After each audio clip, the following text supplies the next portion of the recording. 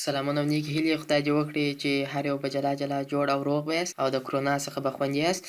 راځو نن د جاوا سکرپټ 5م لیکچر لرو چې په عموم کې 14م لیکچر دی. په دې لیکچر کې به موږ دغه دوه موارد باندې بحث وکړو. په جاوا سکرپټ کې موږ کم مخکینی جوړ شوي ابجکټونه لرو او د دغه مخکینی جوړ شوي ابجکټونو څخه به موږ د ارې پر ابجکټس باندې وغږیږو چې څنګه کولی شو د ارې د ابجکټ په واسطه موږ یو ارې جوړ کړو او د هغه باندې ځینې اپریشنونه عملي کړو. راځو د جاوا سکرپټ بلټن ابجکټونه ګورو. په جاوا سکرپټ کې موږ ډېر موارد باندې بلټن ابجکټونه لرو چې د ارې ابجکټ دی موږ ته ارې جوړوي. د میت ابجکټ دی مثلا موږ ته یو د میت ابجکټ ریټرن کوي، مثلا د یو عدد جذر مربع پیدا کړو یا مربع توانې پورته کړو یا هر څه نور ټول ساین او کوساین ټینجنټ او داسې نور. بولین ابجکټونه دي د سټرینګ لپاره، مثلا په سټرینګ کې موږ یو مشخص عدد پیدا کړو یا مشخص توري ورڅخه ډیلیټ کړو یا د مشخص توري پر موجودیت هغه سټرینګ په نورو برخو ویشو او داسې نور. د نمبر لپاره دی چې مثلا انټیجر، فلوټ او داسې نور. او ډیټ ابجکټ دی چې مثلا موږ ته تاریخ ریټرن کوي او په مشخص فارمټونو او داسې نور. راځو د جاوا سکرپټ ارې ابجکټ ته. مثلا د ارې ابجکټ موږ په لنډ ډول داسې ویلی سو چې دا موږ د دې له خاطره کاروو تر څو موږ ته د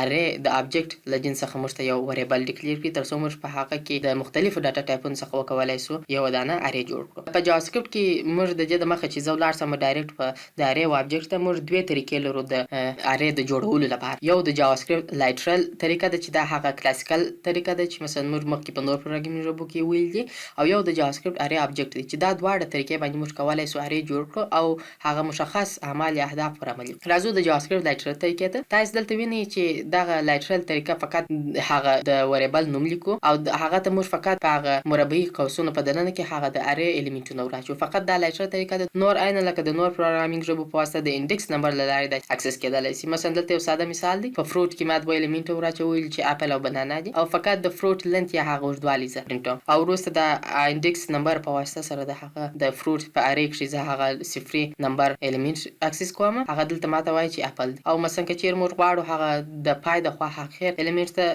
لاسرسی پیدا کړو، فقط فروټ لیکو او د مربعي قوسونو په منځ کې فروټ ډاټ لن چې هغه مکمل په لاس راکړي د هغه څخه منفي یو کړي چې هغه اخرنی الیمنټ. راځو د هغه لایټرل طریقې څخه تېرېږو. راځو ارې ابجکټ ته. په ارې ابجکټس کې تاسې سینټکس وینئ چې فقط هغه هر مشخص وریبل چې تاسې غواړئ مشخص نوم ورته وټاکئ، هغه ټاکړو او د هغه څخه وروسته لکه څنګه موږ چې وایي ارې یو ابجکټ دی، د ابجکټ د جوړولو لپاره موږ مجبور یو چې د نیو کیورډ څخه کار واخلو تر څو د ابجکټ څخه موږ یو انسټنس په لاس راکړو. نو موږ هغه وار فروټس لیکو اساین کوو په نیو د ارې په ابجکټ سره. د ارې ابجکټ په کنسټرکټر کې موږ هغه الیمنټونه ورته پاس کوو. مثلا په دې کې به اپل یو دانه الیمنټ وي، بل الیمنټ به اورنج وي، مینګو او داسې نور. راځو فقط هغه تشریح ده چې مثلا د ارې پارامترونه وایي دا د سټرینګونو او انټیجرانو لیست کېدلی شي او دلته فقط د دغه مکسیمم لنت د ارې د ابجکټ ته تقریبا دغونه په شاوخوا کې دی چې تاسو کولی شئ چې دغونه الیمنټ په د ارې په ابجکټ کې ځای پر ځای. راځو د ارې د ابجکټ په پراپرټیان ته. بلټ پراپرټیان چې پکښې نصب شوي دي چې دا موږ ته څه کار کوي.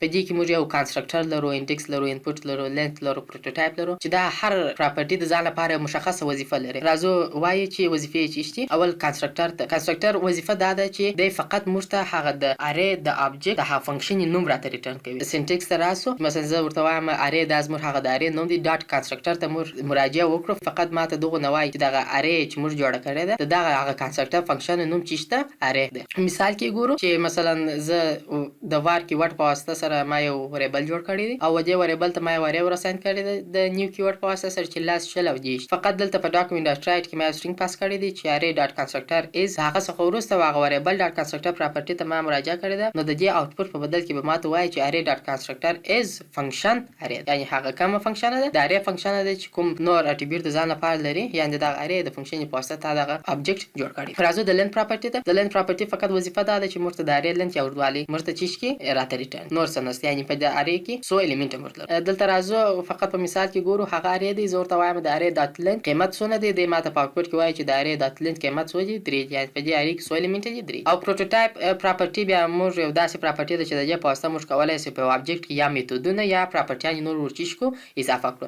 سینټکس یې ډېر ساده دی چې هغه ابجکټ نوم لیکل کېږي یا مثلا دغه وریبل چې موږ هغه ارې ورته اساین کړی ده. وروسته ډاټ پراپرټي ته مراجعه کېږي او د هغه څخه وروسته هغه د پراپرټي او یا میتود نوم دلته لیکل کېږي چې تاسې غواړئ وراساین کړئ او هغه قیمت. مثال کې راځو. مثلا دلته موږ یو ابجکټ لرو چې د بوک په نامه دی، دوه پراپرټیان لري د ټایټل او اتر په نامه، او په کنسټرکټر کې دوه قیمت ورته راځي چې یو ټایټل دی او بل اتر یا لیکوال. دلته موږ دوه دانې پارامتر ورته پاس کړي دي په انسټنس وریبل کې او د هغه څخه وروسته زه غواړم چې دغه ابجکټ ته یو بل پراپرټي د پرایس په نامه اضافه کړم. نو زه فقط هغه د بوک له جنس څخه چې مثلا ما ابجکټ جوړ کړی د هغه نوم لیکم. ډاټ ټو ټایپ لیکم او ډاټ پرایس پراپرټي زه غواړم اضافه کړم هغه لیکم او مساوي کوم یعنې په نل سره او وروسته څخه بیا زه ورته وایم چې د مای بوک ډاټ پرایس قیمت په څو سره مساوي کړه په 16 سره او لاندې ډاکومنټ ډاټ رایټ په واسطه ما د هغه قیمتونه کړي. د ارې میتودونه دي چې مثلا کوم فنکشنونه موږ لرو څه وظیفې لري. مثلا کانکیټ فنکشن ده چې د دې په واسطه تاسو ټول خبر یاست چې دوه ارېګان یو د بل سره یو ځای کوي. فار ایچ فنکشن ده، ایوری فنکشن، فلټر فنکشن ده. فار ایچ مثلا نن داسې کار کوي لکه لوپونه یا فار لوپ چې مثلا د ارې د هر الیمنټ لپاره یو ایټریشن کوي او هغه اکسس کوي. مثلا انډیکس اف دی، مثلا موږ یو د الیمنټ ویلیو ورکوو، هغه ورته وایي چې مثلا زه احمد دی، دغه احمد ته په یو ارې کې وګوره چې د انډیکس نمبر یې څو دی. مثلا دی ماته ریټرن کوي چې احمد پر لسم انډیکس باندې پروت او داسې نور لاست انډیکس دی، میپ دی، پاپ دی. پاپ مثلا د داسې فنکشن ده چې د ارې اخرنی الیمنټ له منځه وړي او داسې نور. پوش بیا داسې فنکشن ده چې مثلا د پای د خوا ارې ته نور شیان وراچوي او همدارنګه ریډیوس دی، ریډیوس رایټ دی، ریورس دی، ارې راته ریورس کوي د چپې څخه وراسي طرف ته راته کنورټ کوي او داسې نور. همدارنګه شیفت دی، د سر د خوا څخه ارې الیمنټ له منځه وړي. سلایس دی، ارې په برخو باندې ویشي. سم دی، ټو سورس دی، سورت دی منظم کوي. سپلایس دی، ټو سټرینګ دی، ارې ډاټا ټایپ او سټرینګ ته وراوړي.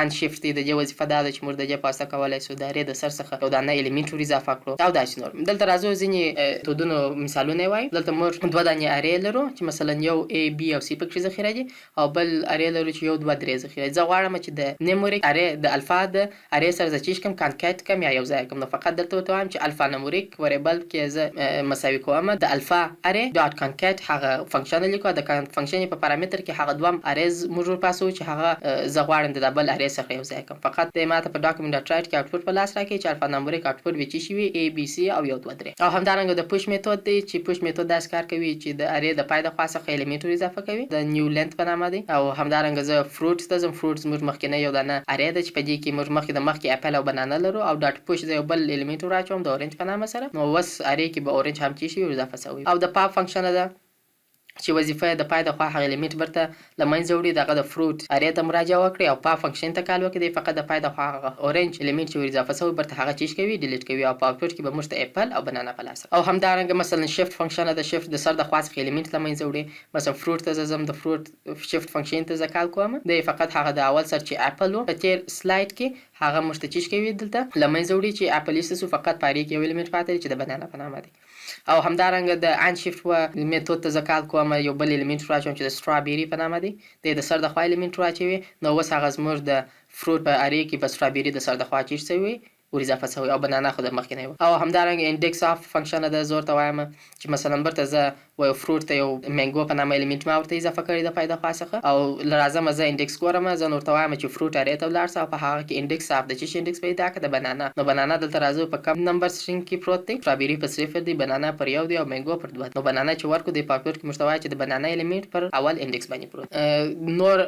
نور میتودونه تاسو کولای شئ د ځان سره تمرین کړئ او هغه مخکینی نور جوړ شوی ابجیکټونه لکه د میت او همدارنګه د ډیټ او همدارنګه د نمبر بولین او داسې نور د تاسو کولای شئ چې د ځان سره تمرین کړئ او که چیرې کوم پوښتنه یا سوال تاسو ما سره مراجعه کولای شئ. نو خدای دې وکړي چې د لیکچر څخه مو اعظمي استفاده کړې وي او تاسو په مشکلاتو کې تاسو سره کومک کوي تر څو یې حل کړئ. چیرې کوم پوښتنه یا سوال مو درلود تاسو کولای شئ د کلاس روم د کمنټ بار څخه یا د یوټیوب چینل د کمنټ بار څخه استفاده وکړئ.